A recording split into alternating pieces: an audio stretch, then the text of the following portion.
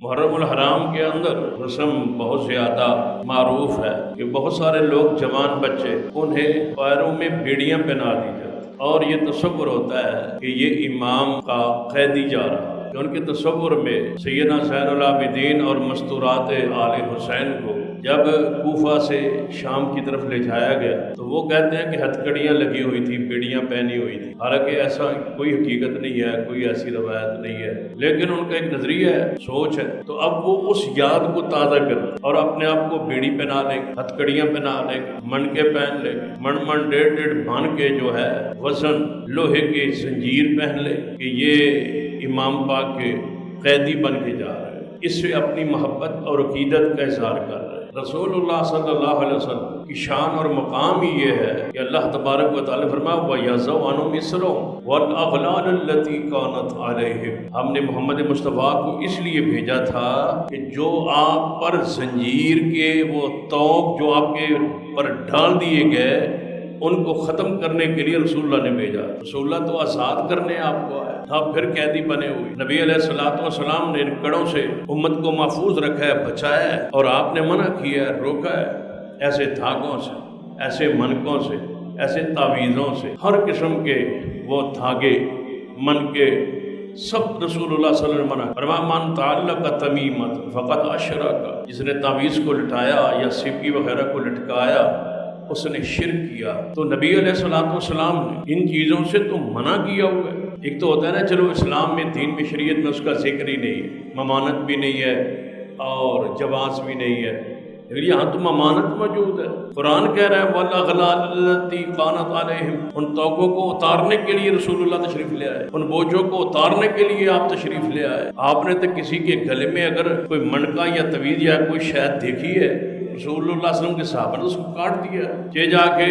مسلمان ہو کے مومن ہو، اگر کافر بھی آپ کے پاس آیا ہے تو آپ اس سے بیعت لینے سے پہلے اس کے تعویذوں کو منکے اور کڑوں کو کاٹ دیتے تھے، پھر اس سے بیعت لیتے تھے۔ یہاں کلمہ پڑھ کے بندہ پھر وہی تو وہی غلامی، وہی انداز جو کفار کا تھا، جو یہود و نصارہ کا تھا، جو مجوسیوں کا تھا، جو مشرکین کا تھا، دوبارہ اگر وہی عقائد نظریات اسلام میں بھی ہوں اور وہی توق پہننے تھے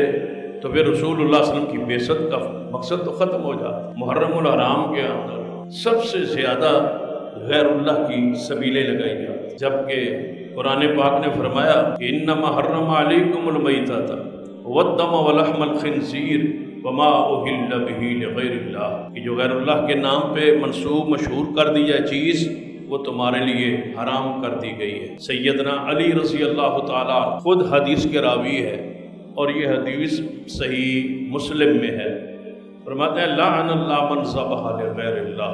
کہ رسول اللہ نے فرمایا کہ اللہ کی لعنت اس شخص پر جو غیر اللہ کے لیے جانور ذبح کرتا ہے۔ پھر سیدنا علی رضی اللہ تعالیٰ عنہ کی ہی ذمہ داری تھی، نبی علیہ السلام نے خود لگائی، آپ نے اپنے نبوت کے زمانے میں۔ سیدنا علی اس بات کے نگران تھے، اس بات کے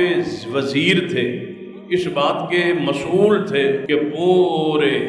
علاقے میں جہاں رسول اللہ صلی اللہ علیہ وسلم کی حکومت ہے، اسلامی حکومت ہے، وہاں کوئی بت اور کوئی قبر اونچی نظر نہ آئے۔ آپ تو ان چیزوں کو گرانے والے تھے۔ اگر یہ جائز ہوتا غیر اللہ کے نام کی شبیلیں لگانا تو سیدنا علی رضی اللہ تعالیٰ خود سرور کائنات محمد رسول اللہ صلی اللہ علیہ وسلم کی وفات کے بعد کوئی ایسا عمل کر، لیکن آپ نے ایسا نہیں کیا۔ سیدنا علی کی شہادت کے بعد سیدنا حسن پہ لازم تھا کہ سیدنا علی کی سبیل لگا، یا سیدنا حسن کی شہادت کے بعد سیدنا حسین کوئی ایسا عمل کرتا، یا سیدنا حسین کی شہادت کے بعد ان کے بیٹے جو بلوغت کو پہنچے ہوئے تھے، جوان تھے، سیدنا زین العابدین رحمہ اللہ جو تقریباً کربلا کے مارکے میں 21 سال کی عمر کو پہنچ چکے تھے لیکن بیمار تھے، اور بعد میں اللہ نے صحت بھی بخشی اور واقعہ کربلا کے 40 سال بعد تک زندہ رہے۔ تو آپ نے یعنی آپ کی زندگی میں سیدنا حسین کی شہادت کے بعد کتنے سال محرم آیا؟ 40 سال۔